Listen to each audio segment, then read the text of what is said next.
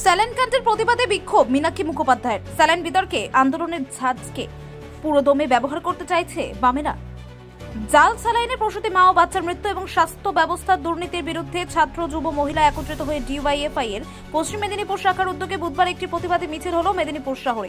এদিনের এই মিছিলে উপস্থিত ছিলেন মীনাক্ষী মুখার্জি। মিছিলটি জেলা শাসকের দপ্তরের মূল গেট পর্যন্ত যাওয়ার সিদ্ধান্ত নিয়েছিল উদ্যোক্তারা। সেই মতন বিশৃঙ্খলা এড়াতে পুলিশি নিরাপত্তায় মুড়ে ফেলা হয়েছিল জেলা শাসকের কার্যালয় চত্বর। এই প্রতিবাদ মিছিল জেলা শাসকের দপ্তরের মূল গেটের সামনে পৌঁছলে প্রতিবাদীদের সাথে ধস্তাধস্তি শুরু হয় পুলিশের। টানা বেশ কিছুক্ষণ ধরে চলে এই ধস্তাধস্তি। ঘটনায় কয়েকজন বিক্ষোভকারীকে আটক করেছে পুলিশ। এই ঘটনায় ঘিরে টানটান উত্তেজনা রয়েছে মেদিনীপুর শহরে কালেক্টরেট। তুমি সমর্থকরা পুলিশের সাথে ধস্তাধস্তি করলে পুলিশ পারতো? কটা পুলিশ আছে আর কত কর্মী সমর্থক আছে? পুলিশকে জিজ্ঞেস করুন কেন ধস্তাধস্তি করছে। ওটা রাজ্যের যা দাবি, স্বাস্থ্য ব্যবস্থার দুর্নীতিকে সরাতে হবে।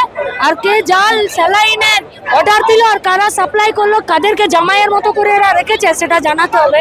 চিকিৎসকরা তো মুখ্যমন্ত্রীকে চিঠি দিয়ে জানিয়েছে তারা সাসপেনশন তুলে নেওয়ার জন্য। চিকিৎসকরা মুখ্যমন্ত্রীকে চিঠি দিয়ে সাসপেনশন তুলে নেওয়ার জন্য আবেদন জানিয়েছে এবং মুখ্যমন্ত্রী তারপরেও কি আন্দোলন তো সাসপেনশন রাখা বা তোলার জন্য নয়। আন্দোলন জাল স্যালাইন কে অর্ডার দিল, কে তৈরি করলো, কে হসপিটালে আনলো।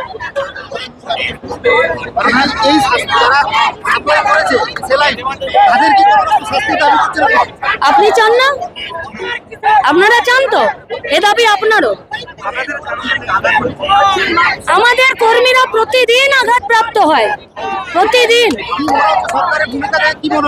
আপনারা বলুন না, সরকারের ভূমিকা থেকে আপনাদের কি মনে হচ্ছে? যদি সরকার স্বচ্ছ হয় তো তদন্ত হবে, সরকার যদি স্বচ্ছ না হয় তাহলে দাবিয়ে দেবে।